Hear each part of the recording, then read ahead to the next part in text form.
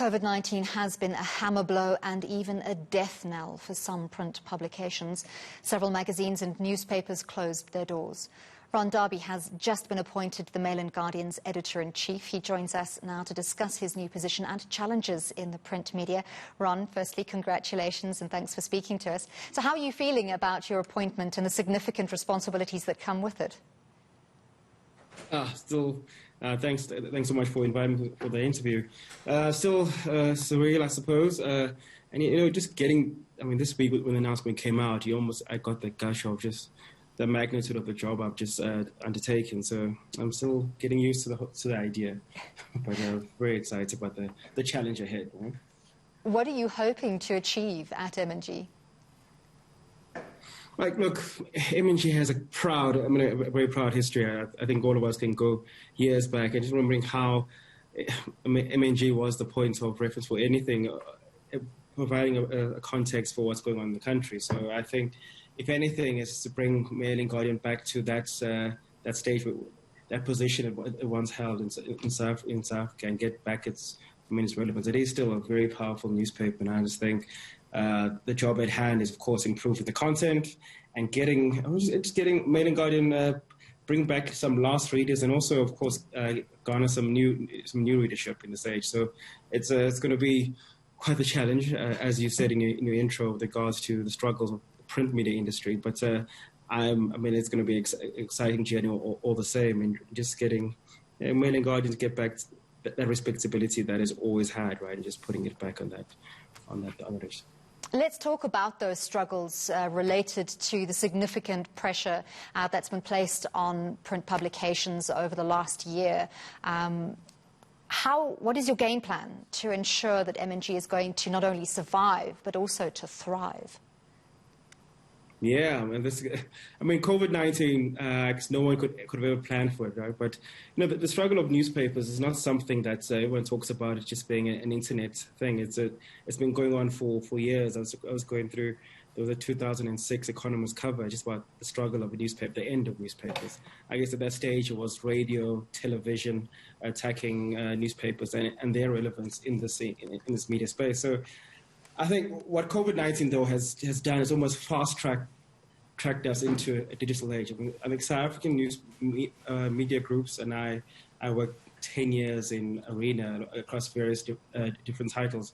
We've been almost, the internet age has been there as a threat for years on end, and I think it's been almost like a slow move into a digital age. And I think what COVID-19 has just done for all media publications now is made it quite clear to everyone that you have to have a solid enough digital strategy, right? And almost and let the newsroom or the publication itself have a business model that answers to this digital age. And I think that's the exciting thing with this change, and with the fears that are abound in the sector. And I still think there's great opportunity just to redefine what is a publishing house in 2021 in South Africa, and almost catch up, I suppose, to the likes of FT in London and who have made that transition.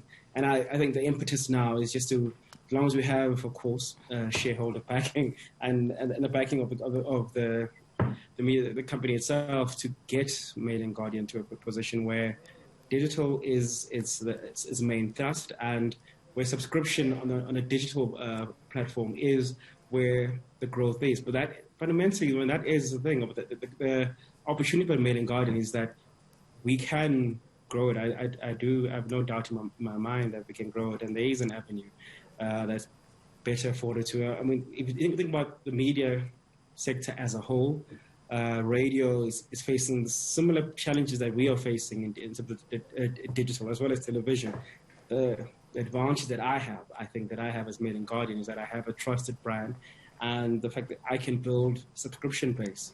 And it actually is, and that is, I think, the future of any publishing house now, is to have a proper subscription base, and you grow your business off that.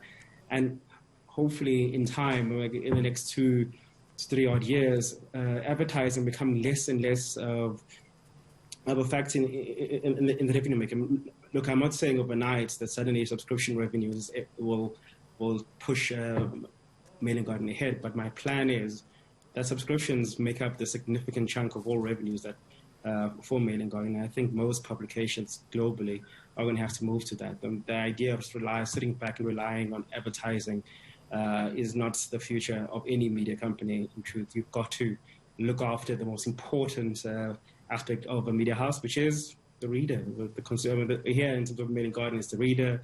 Hopefully we'll move into a video space, podcasting and the like. But that is fundamentally what the focus must be. And to get that commitment, that relationship going, I'm going to have to improve on the content side of the business and focus there. I think for long, as I said to you earlier, having worked 10 years at Arena, we focus on cutting costs and cutting down journalism, and a sense to keep the business alive. But fundamentally, what we did is we weakened the product. In truth, we went into and cut some great writers, and that is where we have to almost keep the focus on the content, and improve that element, and that's where I hope to build a relationship with a paying subscriber, and not just give out the information freely on the web, which I think has been the demise of many publications, and not knowing that we can't give away our products anymore. We just simply can't. Well, all the best. Good luck for those challenges.